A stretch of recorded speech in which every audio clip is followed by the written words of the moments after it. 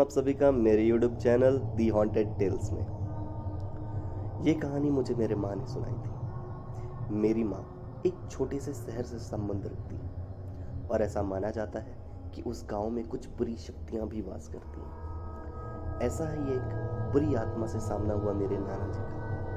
वह चुड़ैल थी, खुले बालों और सफेद भयानक चेहरे वाली चुड़ैल। दिसंबर का समय था। शहर में घना कोहरा छाया हुआ था। मेरे नाना एक बड़े अधिकारी थे। रोज की तरह उस दिन जब मेरे नाना अपना काम खत्म कर दफ्तर से घर की ओर जाने लगे तो रास्ते में पड़ने वाले बाजार से वह कुछ सामान लेने के लिए रुके। उनके बाकी साथी आगे चले गए और वह पीछे ही छूट गया। सामान लेते लेते उन्हें टाइम का पता ही नहीं चला और जब नाना जी ने अपनी घड़ी देखी तो टाइम देखकर उन्हें लगा कि आज घर पहुंचने में काफी देर हो जाएगी। उन्होंने सोचा क्यों ना आज जंगल के रास्ते से चला जाऊं तो शायद घर जल्दी पहुंच जाऊं। इसलिए उन्होंने जंगल की ओर गाड़ी घुमा ली। काफी अंधेरा हो गया था। नाना जी तेज गति के साथ गाड़ी चला रहे थे, लेकिन उनकी गाड़ी के आगे एक औरत आ गई। उन्हें झटके से ब्रेक मारना पड़ा।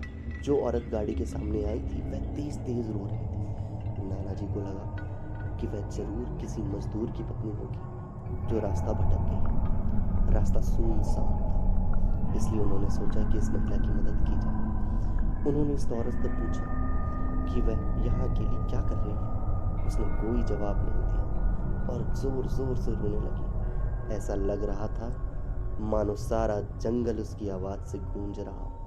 नाना जी ने पूछा कि उसका घर कहाँ है, तब भी वह चुप रही, कुछ ना बोली। नाना जी ने उसे बोला कि तुम मेरे साथ मेरे घर चलो, सुबह तुम्हें तुम्हारे घर छोड़ दूंगा।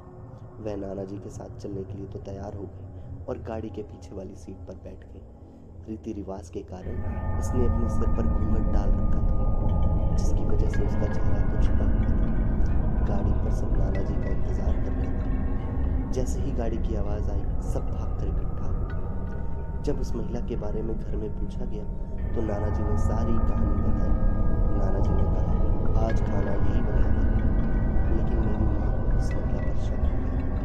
उन्हें लगा कि यह कोई चोर है जो घर का सामान चुरा कर भाग जाएगी। माँ ने उसे रसोई में जाकर खाना बनाने को कहा। वह बिना कोई जवाब दिए वहां से चली गई। रसोई में से अजीब अजीब सी आवाजें आ रही थी। बस रसोई में सारा सामान रखा रखा हो। मेरी माँ ने उसे कहा कि सब भूखे हैं, इसलिए जल्दी खाना बना दे। उसे रसोई में भेज दिया, लेकिन माँ का मन अब भी शांत नहीं हुआ। 10 मिनट के बाद माँ रसोई में पहुंची तो देखा अब भी वह थैले में से मछलियां ही निकाल रही थी। यह देखकर माँ को गुस्सा आ गया। उन्होंने उसे बोला कि अभी तक तुमने खाना बनाना शुरू नहीं किया, कब खाना बनेगा, कब हम खाएंगे।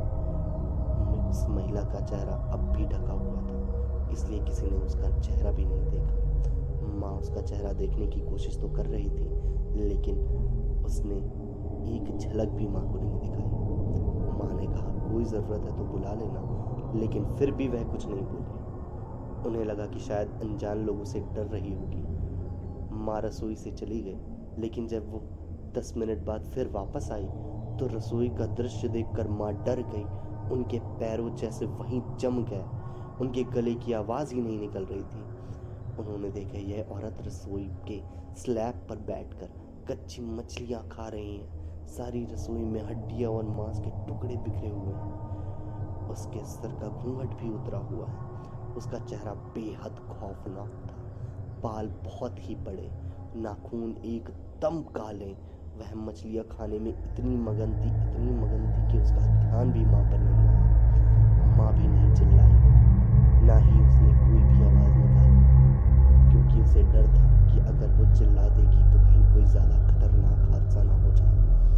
माँ ने एक थाल उठाया और वह चूल्हे में से चुपचाप जलता हुआ कोयला उठा करके उसकी तरफ दौड़ी। उसे आज भी वह औरत दिखाई देती है।